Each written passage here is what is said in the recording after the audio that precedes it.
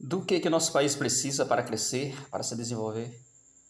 Basicamente, no mínimo, ele precisaria ocorrer três coisas, né? Três campos que teria que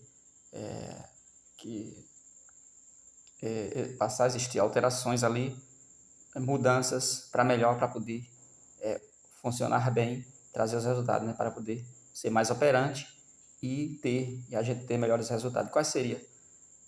Na educação, inserir conteúdos úteis que não existem com intensidade nas escolas, como, por exemplo, educação financeira, administração e empreendedorismo. Essas três matérias, esses três conteúdos deveriam fazer parte do currículo escolar, tivesse ali um espaço na carga horária letiva para que os alunos passassem a estudar na rede de escola pública, né, esses três conteúdos, e que esses conteúdos eles iriam ajudar a levar essas pessoas à independência, a treinar os alunos a crescer preparado e capacitado para o mercado, e eu digo para o mercado tanto para trabalhar, para fazer contrato, como para produzir, gerar seu próprio emprego, criar seu próprio negócio e treinar, né, através dessas três matérias, os alunos a entender que o cartão de crédito não é dele, que ele não pode ser consumista, que ele não pode consumir e, e mais do que o que produz, né? Ele não pode gastar mais do que o que ganha. Todas essas coisas a gente aprende em educação financeira. E aí ele aprendendo também administração, ele iria construindo riqueza, usando a sua criatividade,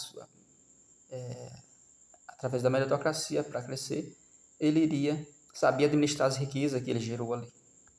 Ou pelo menos deveria estar mais preparado se ele tirasse notas boas nessa matéria. E junto com o empreendedorismo que faz com que as pessoas entendam que é elas crescendo que o país vai crescer. Se cada uma pessoa que não tem nada passar a ter ali o mercado aberto para ele, ter uma porta para o investimento, ter uma porta ali para ele empreender.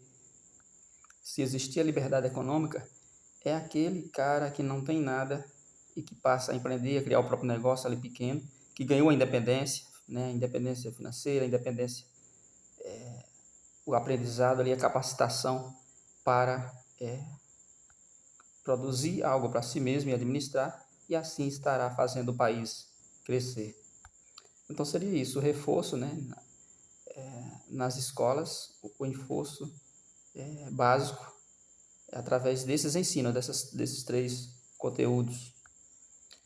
Outra coisa que o país precisa, sempre a gente sabe o que fez gerar as riquezas e que foi o comércio, foi a troca de mercadorias, foi a compra, a venda, né? Foi a oferta, foi o transporte. Para isso precisa do transporte, para isso precisa das vias de escoação, né, da produção, precisa de estradas que vai levar de um lugar a outro, de pontes, de meios de locomoção. O Império Romano ele tinha muitos caminhos e todos os caminhos levavam a Roma. Então, o império que cresceu muito porque tinha muitas estradas, tinha por onde as carruagens passar. E a gente vê também atualmente a nova rota da seda, né, que a China está estabelecendo, criando pelo mundo, que são vias terrestres, portos, aeroportos e navegação costeira, formas de investimento em vários países que têm parceria, para que assim ela escoa a sua produção e tenha bom êxito nesse negócio. Então, o país que investe em infraestrutura, em estradas, ele está condicionando ali a produção, está favorecendo aquelas potenciais investidores que vão ter por onde escoar sua produção e vender sua produção. País que não se desenvolve, que não investe em infraestrutura, está condenado a ter dificuldade no transporte e, consequentemente, no investimento na produção. Então, você tem que ter as vias, tem que ter alternativa ali.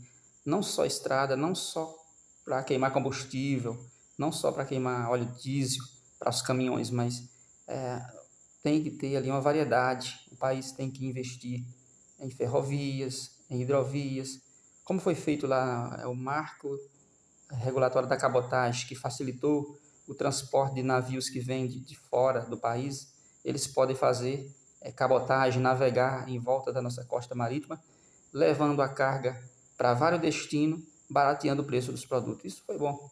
Então, é o governo que pode dar as concessões, as permissões, pode criar a oportunidade para o setor privado, porque o governo não tem dinheiro muitas vezes para criar, nem consertar estradas, para lançar uma nova estrada. Então, ele tem que contar com o setor privado, tem que abrir para o mercado, né? Tem que fazer com que o mercado particular, o investidor, o empreendedor, ajude a criar essa infraestrutura de que a gente precisa. Então, todos aqueles que vinham para investir em ferrovias, em hidrovias, em transporte no nosso país, será bem-vindo nos meios de transporte, nas condições para a melhoria dos transportes de cargas, de passageiros e em todos os sentidos. E a outra coisa que deveria existir, acontecer no nosso país e que muitos governos às vezes fazem, mas não faz bem feito, porque um quer fazer de um jeito ou de outro, são as reformas. Então, uma reforma tributária que reduzisse impostos, assim como o governo Pátria Amada Brasil buscou reduzir vários impostos aí de vários produtos, e aí para isso reduzindo os gastos do governo, porque reduzindo os gastos, a despesa do governo, tem uma margem para ele reduzir também os impostos. E muitos foram de forma definitiva. Foi uma pequena reforma tributária que foi feita no governo Pátria Amada Brasil. Então, é uma reforma que atrai o investidor, que facilita, porque aí o governo vai passar a arrecadar mais. À medida em que ele diminui os impostos, ele atrai mais investimento, e mais investimento acaba gerando mais impostos para o governo. Então, é dessa forma que o governo passa a arrecadar mais e ter superávit primário, reduzindo impostos. Então, a reforma tributária deveria existir, mas que viesse para reduzir, facilitar, tirar a burocracia, unir vários impostos num só e facilitar a vida do empreendedor, que é o empreendedor quem dá todos os resultados e sustentação para todo o país, pois ele investe, ele tem os rendimentos, o retorno para ele, e junto com o retorno para ele, o país também ganha através de impostos, os funcionários que vão trabalhar junto daquela empresa também ganham, e os consumidores dos seus eventuais, da sua produção também ganham, porque o aumento da produção significa a diminuição dos preços. Então, a reforma tributária seria bem-vinda. Outra reforma bem importante seria a reforma agrária, uma forma do governo fazer com que as pessoas que querem trabalhar na terra, que sabem trabalhar, possa adquirir terras que ele vá pagando depois para o governo de acordo com o próprio trabalho da própria terra ali que ele adquiriu, que ele comprou. Porque as pessoas passando a produzir mais no campo, eles vão concorrer, pelo menos aquilo que ele produzia, ele já não vai comprar dos agroindustriais. E aí a tendência é baratear o preço dos outros produtores. Por quê? Porque boa parte daquilo que ele consome, ele está produzindo ali, e ele pode vender também ali em volta, né, concorrendo com os grandes e ajudando a baratear os preços. É mais fácil também dele investir em agricultura orgânica, e o governo deveria dar um incentivo ali, um estímulo na redução dos impostos sobre os produtos orgânicos para que eles passassem a ser cada vez mais baratos. As pessoas não consomem os produtos orgânicos porque são caros, porque poucas pessoas produzem, porque existe a dificuldade de produzir, porque eles são produzidos por grandes agroindustriais, e ali eles usam agrotóxicos, usam meios que muitas vezes traz condições nocivas, né, sobre aqueles produtos. Mas que é a única forma de garantir uma produção para alimentar, para fornecer para toda demanda de alimento, é dessa forma tradicional que a gente vem sendo abastecido no supermercado através dos agroindustriais. E não dá para passar da noite para o dia para os agricultores familiares, por quê? Porque a gente não tem uma distribuição agrária bem definida no nosso país. Isso tem que ser feito aos poucos, mas feito por governos, por quem administra nosso país. Outra reforma importante também é a reforma eleitoral. O país para a cada 2 anos para a gente realizar uma eleição. Se a eleição fosse uma vez só a cada 4 anos, e aí elegesse prefeitos, presidente, governador, senador, todo mundo de uma vez só, reduziria ali os gastos e o país pararia menos para esperar ali as definições. Muitas empresas fecham para continuar apenas quando o novo mandato, o novo gestor passa a assumir. Então, isso é ruim. E aí, junto com isso, nessa reforma, diminuísse o fundão eleitoral, ou zerasse o fundão eleitoral, porque para as pessoas fazer campanha não precisa de dinheiro. Muitas pessoas querem o dinheiro porque querem usar da forma como bem quer.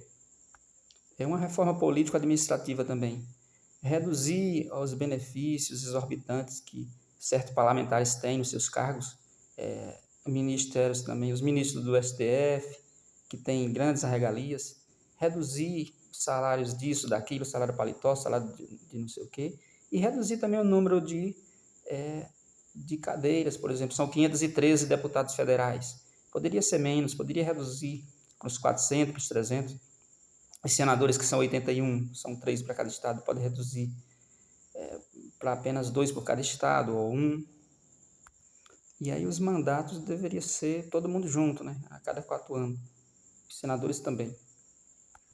E os ministros do STF deveria ser indicado por advogados ou pela população.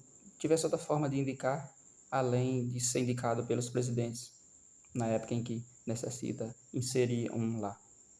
Então são essas 3 coisas que, se acontecesse, ajudaria o Brasil. Mexer na educação, inserindo novos na educação, novos conteúdos, ou um reforço deles, se é que ele já existe na rede pública, que ele fosse mais reforçado, tivesse um tempo maior dedicado a essas matérias, que é educação financeira, administração e empreendedorismo, e o Brasil investisse mais em infraestrutura. E para isso, quando fizer essas reformas, a reforma tanto administrativa, mas principalmente a reforma tributária, atrairia, né, o investidor, e aí a infraestrutura viria. Então, a infraestrutura e as reformas, né, que deveria existir, muitas reformas que precisam ser feitas no nosso país. A reforma trabalhista também seria importante, uma reforma trabalhista que trocasse, que fizesse uma troca de muitos direitos trabalhistas, porque muitos direitos trabalhistas é dinheiro que o funcionário já ganhou e ele fica ali na mão ou do sindicato, ou na mão do governo, ou na mão do empregador, e que o empregado, o funcionário, ele vai receber esse dinheiro só no período certo, então ele fica guardando lá. E às vezes o governo fica utilizando aquele dinheiro, como é no fundo de garantia, fica utilizando. Se o dinheiro fosse livre já para que aquele que ganhou o dinheiro, que gerou, recebesse completo no final de cada mês, talvez ele mesmo investiria. Se ele tivesse educação financeira, ele faria bom uso, né, de acordo com seu próprio entendimento. E aí teria um conforto maior, um padrão de vida melhor, porque ele estava recebendo um salário maior no final de cada mês. E aí não era para ele perder benefício que eu estou falando, remuneratório, era para ele substituir muito desses benefícios por a participação dos lucros. Deveria existir já um valor fixo ali mínimo, onde todas as empresas deveria praticar a participação do lucro e resultado. Então, os funcionários, sabendo que se aquela empresa vai ter lucro, ele vai ganhar um pouco a mais além do seu salário, eles iriam trabalhar com mais afinco para que aquela empresa tivesse lucro. Então, se fizesse uma reforma trabalhista que causasse isso, que fizesse com que existisse obrigatoriamente uma divisão de lucros, aqueles funcionários seriam ali como sócio. Eles se sentiriam um pouco sócio, porque um percentual dos lucros, do rendimento daquela empresa, iria ser distribuído com todos os funcionários no final de cada mês que tivesse lucro. E aí eles iriam trabalhar com a orientação ali em busca do lucro junto com a empresa. Esse sim seria um direito trabalhista interessante a ser feito em uma reforma trabalhista.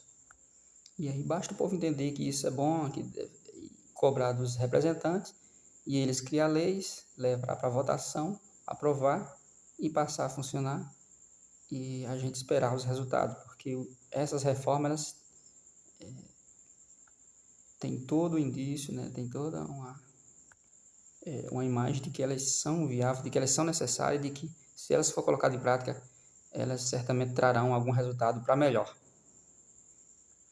Então, se a gente começar a falar disso, se a gente começar, a população começar a falar de política e falar o que, começar a entender e os parlamentares perceber que a população está entendendo, a gente vai acabar fazendo eles criar essas reformas, né, colocar em prática e trazer os resultados de que o nosso país